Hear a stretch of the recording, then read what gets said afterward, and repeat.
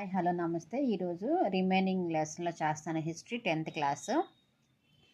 First question, కార్మికులు అత్యధికంగా ఉన్నప్పుడు వేతనాలు ఎలా ఉంటాయి?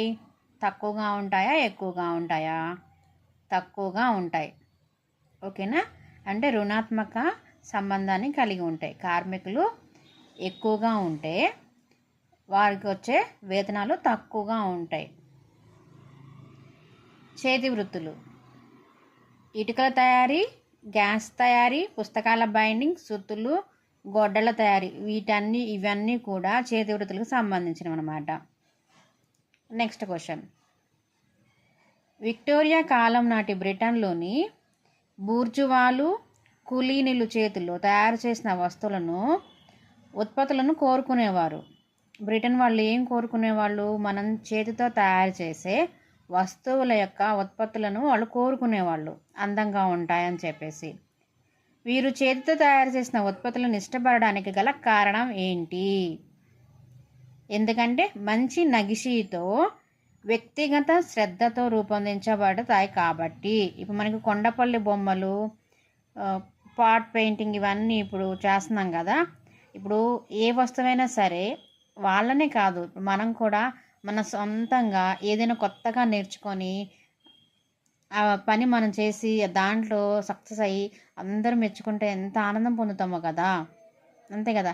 ఇప్పుడు ఏదైనా కొత్త వంటకం ఉంది, యూట్యూబ్లో చూసుకొని నేర్చుకున్న తర్వాత అందరూ తిని ఇష్టపడి బాగుంది అని అంటే చాలా హ్యాపీగా ఫీల్ అయిపోతాం కదా.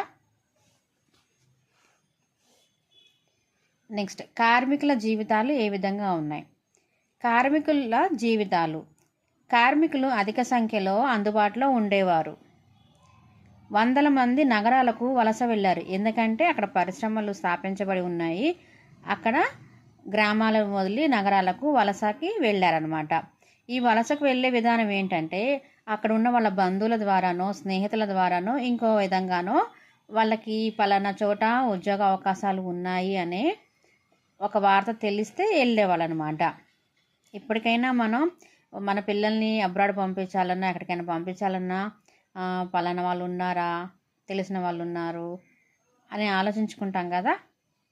రాత్రి వేళల్లో సత్రాలలో వంతెనల కింద పడుకునేవారు. అయితే మరి వీళ్ళు వెళ్ళగానే జాబ్ దొరకదు కదా. అలాంటప్పుడు వీళ్ళు ఏం చేసేవాళ్ళు? చేతిలో డబ్బులు ఉండకో అక్కడ ఉన్న సత్రాలలో కానీ వంతెనల కింద కానీ పడుకునేవాళ్ళు అనమాట. ఆశ్రయాల్లో నిరాశ్రయాల కోసం, బాటసారుల కోసం, సంచరించే వాళ్ళ కోసం, అనాథల కోసం ఆశ్రయాలు అనేవి వాళ్ళకి తోడుగా ఉండేవి. ప్రైవేట్ వ్యక్తులు కూడా శరణాలయాలను నడిపేవారు. కార్మికులు ఎవరైతే ఇక్కడి నుంచి వలస వెళ్ళారో అట్లాంటి వాళ్ళ కోసం ఆశ్రయాలు, శరణాలయాలు ఉండేవన్నమాట. అక్కడ వాళ్ళు కొంత సేద తీరేవారు. అక్కడ ఏంటంటే మరి వెళ్ళగానే ఉద్యోగం దొరకకపోవచ్చు, లేదా పని గంటలను బట్టి ఉద్యోగం తీసుకోవచ్చు, లేదా ఇన్ని రోజుల పని ఉంది అని తీసుకోవచ్చు. ఇప్పుడు ఫర్ ఎగ్జాంపుల్ మనం బిల్డింగ్ వర్క్స్ చూసుకుందాం. ఏదైనా ఒక బిల్డింగ్ కన్స్ట్రక్షన్, ఒక ఇల్లు కన్స్ట్రక్షన్ చేసేటప్పుడు మనకి సుమారుగా 6 నెలలు పని దొరికిద్ది, అవునా కాదా? అది ఫౌండేషన్ దగ్గర నుంచి అది మొత్తం వర్క్ అయిపోయి మనం ఓనర్కి హ్యాండ్ ఓవర్ చేసే వరకు టైం పట్టిద్ది. మరి 6 నెలల తర్వాత మళ్ళీ వీళ్ళు ఉపాధి ఏదో ఒకటి ఎత్తుక్కోవాలి కదా. అట్లా నిరాశ్రయంలో ఉన్న వాళ్ళు కూడా ఇలాంటి వాటిల్లో సేదతీరేవారనమాట. సుదీర్ఘకాలం నెపోలియన్ యుద్ధం చేసినప్పుడు ధరలు పెరిగాయి, కానీ ఏం జరిగింది? కార్మికులు సంపాదించిన వేతనాలు వాస్తవ విలువ గణనీయంగా పడిపోయింది. ఇప్పుడు మనం పట్టణాలలో, నగరాలలో రేట్లు వేతనాలు బాగున్నాయి అని పని చేయడానికి వెళ్తాం. ఇప్పుడు నెపోలియన్ యుద్ధం చేశాడు, అక్కడ ధరలు బాగా పెరిగిపోయినాయి. మరి ఇప్పుడు ప్రెసెంట్ మనకి ఉల్లిపాయల ధర తీసుకుందాం, 51 రూపీస్ ఉన్నాయి. మళ్ళీ అది నియర్ పెరుగుతుందంట. టమాటాలు కూడా నిన్న కొద్దిగా తగ్గినాయి, మొన్నటి వరకు కూడా మనకి చాలా రేట్లు పెరిగినాయి. ఇప్పుడు మనకి వేతనం పెరిగింది, మరి కొనుగోలు శక్తి ఏమైంది? ఎక్కువ కొనుగోలు చేయగలుగుతామా? కొనుగోలు చేయలేము. ఎందుకంటే ఇప్పుడు అదే 50 రూపాయలు పెడితే తక్కువ రేటు 10 రూపాయలు ఆనియన్స్ ఉన్నప్పుడు, 10 రూపాయలు టమాటా ఉన్నప్పుడు 2 కేజీలు కొనుక్కోగలుగుతాం. 51 రూపీస్ ఉంటే మనం కొనుగోలు చేయగలుగుతామా? చేయలేం కదా. అట్లా ఎందుకంటే అవే వేతనాలు ఇప్పుడు తక్కువ వస్తువులను కొనుగోలు చేస్తారు, అంతే కదా. 50 రూపీస్ ఉంటే మనం 1 కేజీయే, అది కూడా నీడ్ అయితేనే యూజ్ చేసుకోగలుగుతాం, లేకపోతే దాన్ని పోస్ట్ పోన్ చేసుకుంటాం. తక్కువ ఎప్పుడు రేట్లు ఉంటాయి అప్పుడు కొనుగోలు చేయడానికి ఇష్టపడతాం అన్నమాట. ఇవి ABC ఈ 3 స్టేట్మెంట్ వైజ్గా ఇచ్చాను. ఈ స్టేట్మెంట్ అన్నీ కూడా కరెక్ట్ అయినవి అన్నమాట.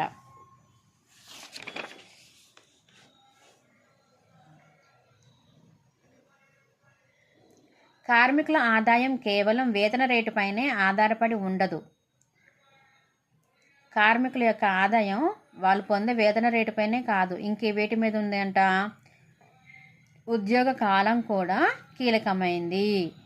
తను చేసే సర్టన్ పీరియడ్ ఆఫ్ టైం కూడా కీలకమైంది. పని దినాల సంఖ్య కార్మికుల సగటు రోజువారీ ఆదాయాన్ని నిర్ణయిస్తాయి.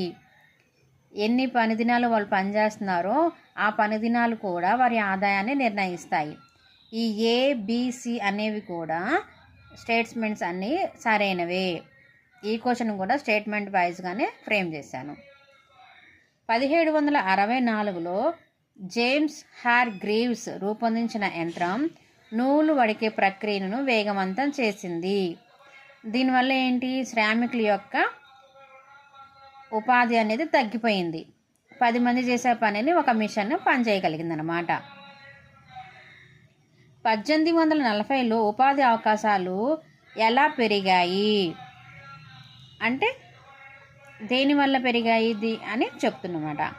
భవన నిర్మాణ కార్యకలాపాల్లో, ఇక్కడ వలస వెళ్ళిన వాళ్ళ కోసం శరణాలయాలు ఇది, లేకపోతే ఎంతో కొంత ఉపాధి పొంది జీతాలు పొందుతున్న కార్మికులు వాళ్ళ సొంతిటి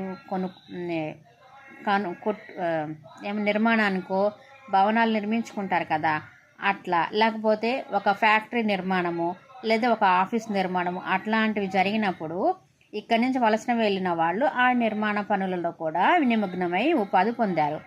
తర్వాత రోడ్ల విస్తరణ, మరి ఒక ఫ్యాక్టరీ తయారవ్వాలంటే దానికి కావాల్సిన ముడి పదార్థాలు అనేవి మనము రవాణా చేసుకుంటాము. మరి రోడ్డు సరిగ్గా లేకపోతే ఇబ్బంది పడతాం కదా, సో దానికోసం మనం రోడ్లు నిర్మించుకుంటాం, దానిలో ఉపాధి పొందారు. కొత్త రైల్వే నిర్మాణాలలో, సొరంగ నిర్మాణాలలో, మురుగునీటి కాలువ నిర్మాణాల్లో, నదులకు గట్లు నిర్మాణాలలో, రవాణా పరిశ్రమలలో, ఇలా వివిధ రకాల కార్యకలాపాల్లో 1840లలో ఉపాధి అవకాశాలు పెరిగాయి. నెక్స్ట్, వలస దేశాలలో పారిశ్రామికీకరణ ఎలా ఉందో చూద్దాం. అది భారతీయ వస్త్రాలకు సంబంధించిందనమాట. నెక్స్ట్ ఫస్ట్ క్వశ్చన్, పరిశ్రమల యుగానికి ముందు భారతదేశం ఏ విధంగా ఉండేది?